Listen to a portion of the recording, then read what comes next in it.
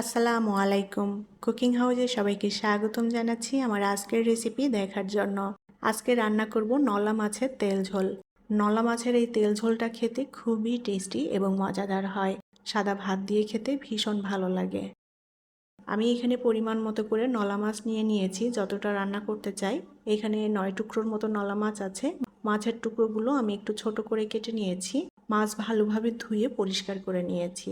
নলা মাছের পরিবর্তে এখানে যে কোনো বড় মাছ দিয়ে একইভাবে রান্না করে নেওয়া যাবে। এখন এই মাছের মধ্যে আমি লবণ দিয়ে দেব পরিমাণ মতো করে, আর দিয়ে দেব হলুদের গুঁড়া। মাছে হলুদ লবণ ভালো করে মেখে নেব। মাছগুলো আজকে প্রথমে ভেজে তারপরে রান্না করব, যার কারণে হলুদ লবণ মেখে নিচ্ছি।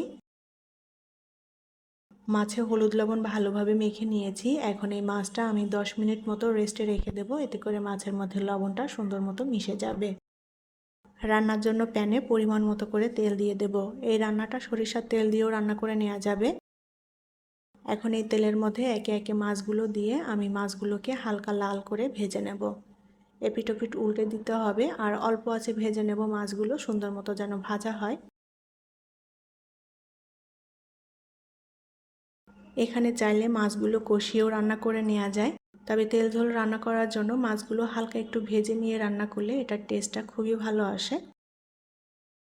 মাছগুলো আমি এপিট ওপিট উল্টে দিয়ে হালকা লাল লাল করে ভেজে নিয়েছি।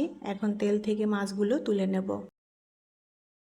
এখন ওই তেলের মধ্যে দিয়ে দেব 1 কাপ পরিমাণ পেঁয়াজ কুচি। পেঁয়াজটা আমি একটু ভেজে নেব। এখানে পেঁয়াজ বাটাও ব্যবহার করা যাবে, আমি পেঁয়াজটা কুচি করে দিয়েছি। পেঁয়াজটা আমি লাল লাল করে ভেজে নিয়েছি। পানি দিয়ে দেব যাতে পেঁয়াজটা পুড়ে না যায়। আদা বাটা দিয়ে দেব কিছুটা, আর দিয়ে দেব রসুন বাটা হাফ চা চামচের মতো। আমি এখানে 1.5 চা চামচ শুকনো মরিচের গুঁড়া নিয়েছি, জিরা এবং ধনিয়ার গুঁড়া নিয়েছি 1 চা চামচ করে, হলুদ গুঁড়া নিয়েছি হাফ চা চামচ, লবণ নিয়েছি স্বাদ মতো। মশলাটা নেড়ে চেড়ে এখন সুন্দর করে কষিয়ে নেব। এই রান্নাতে তেলের পরিমাণটা একটু বেশি লাগে, আর একটু ঝাল ঝাল হবে রান্নাটা। আমি কিন্তু মশলাটা সেভাবেই দিয়ে দিয়েছি। মাছের পরিমাণ বুঝে এখানে মশলাটা অ্যাড করতে হবে। মশলাটা আমি সুন্দর মতো কষিয়ে নিয়েছি। এখন এর মধ্যে ভেজে রাখা মাছ দিয়ে দেব। মশলার সাথে মাছগুলোকে এখন ভালোভাবে কষিয়ে নেব। আমি এখানে নলা মাছ নিয়েছি। নলা মাছের পরিবর্তে এখানে অন্য যে কোনো বড় মাছ দিয়ে একইভাবে রান্না করে নেওয়া যাবে।